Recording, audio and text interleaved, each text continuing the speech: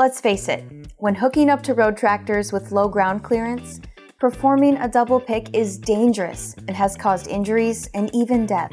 Now there's an easier, safer way to load a semi, truck, or bus onto a wrecker. This Zips 360 introduces the heavy-duty ramp stand from ITI. All you have to do is winch the vehicle onto the ramp stand, which raises it up 2.75 inches. This extra height allows you to easily get the forks underneath the axle.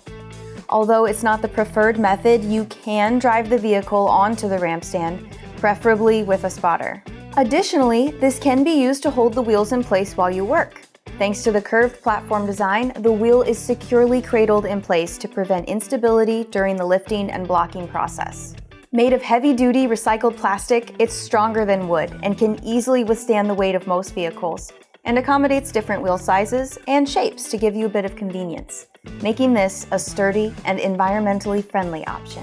The ITI heavy-duty ramp stand comes with handles on the side and end points to provide extra grip and maneuverability, making your job that much easier. Its dimensions are 36 inches long by 5.5 inches wide by 5.5 inches tall.